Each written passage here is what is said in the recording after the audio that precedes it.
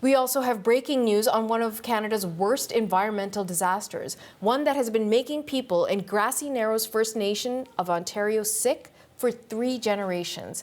A new study is out from Western University, and it finds that industrial discharge from a nearby paper mill is combining with previously leaked mercury to create something called methyl mercury. From 1962 to 1975, 9,000 kilograms of mercury were dumped into the English-Wabigoon river system. Methyl mercury accumulates in fish and then poisons the people who eat that fish. It can cause neuromuscular problems and even lead to death. CBC's Megan Fitzpatrick was at today's news conference in Toronto, where the study was released, and she joins us now live.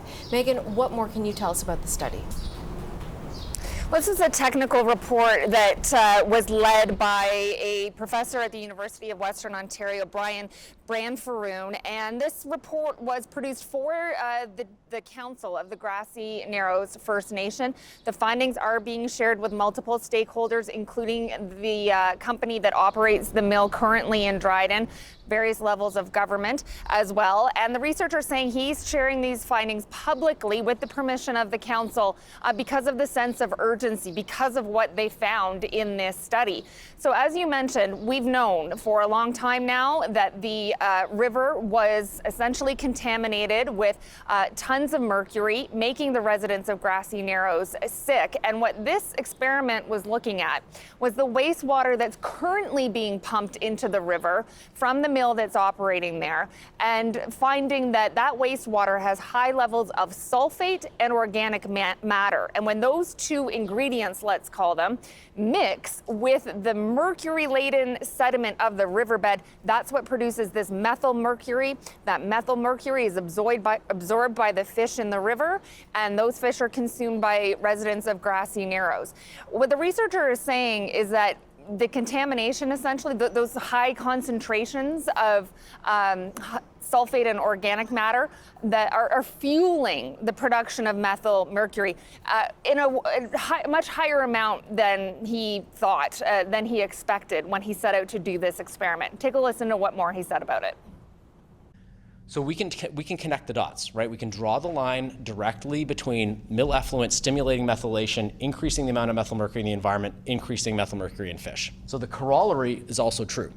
If we reduce the amount of sulfate and organic matter, take those two ingredients out of the reaction, then mercury levels in fish will come down.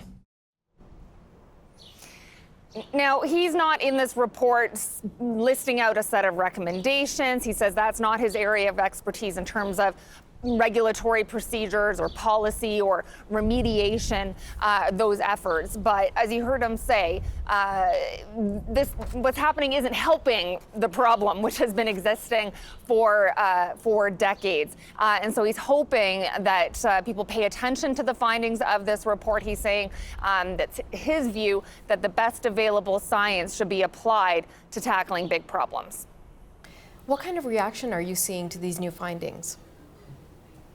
Well, CBC has reached out to the mill that currently operates there. The Dryden Fibre Canada is the name of the company. They have said they can't comment because they haven't seen the study yet. They haven't had a look at the findings. CBC also spoke to Chief Rudy Turtle of Grassy Narrows First Nation. He's saying that he's disappointed by these findings. Here's what else he said. Well, I was very disappointed. But we're not surprised. Like the community always felt that there was more being poured into the river, and we were concerned about it. But it is very, like I said, very disappointing.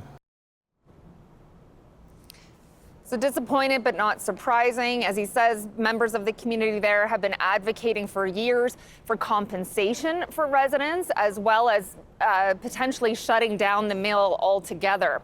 The federal government has committed to spending millions of dollars to build and operate a Mercury care home, they call it, to provide health care to the residents of Grassy Narrows who have been affected by mercury poisoning, which can cause very serious health effects, neurological damage, seizures, a number of healthcare issues. So part of the response we've heard from the federal government so far, Natasha, is reiterating that commitment to getting that care home built for residents affected there in Grassy Narrows. Megan Fitzpatrick in Toronto, thank you.